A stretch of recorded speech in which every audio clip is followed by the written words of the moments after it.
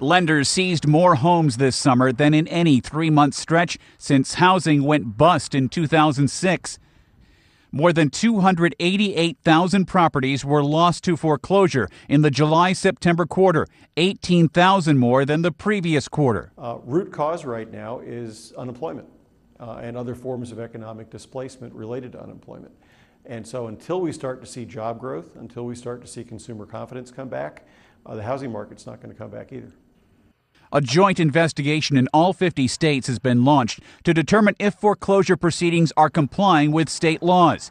Banks have seized more than 816,000 homes through the first 9 months of the year. They had been on pace to seize 1.2 million by the end of 2010. The concern here is that there will be some delays in foreclosure proceedings over the next quarter while the servicers catch up on their processes and put new procedures in place internally to make sure they stay in compliance.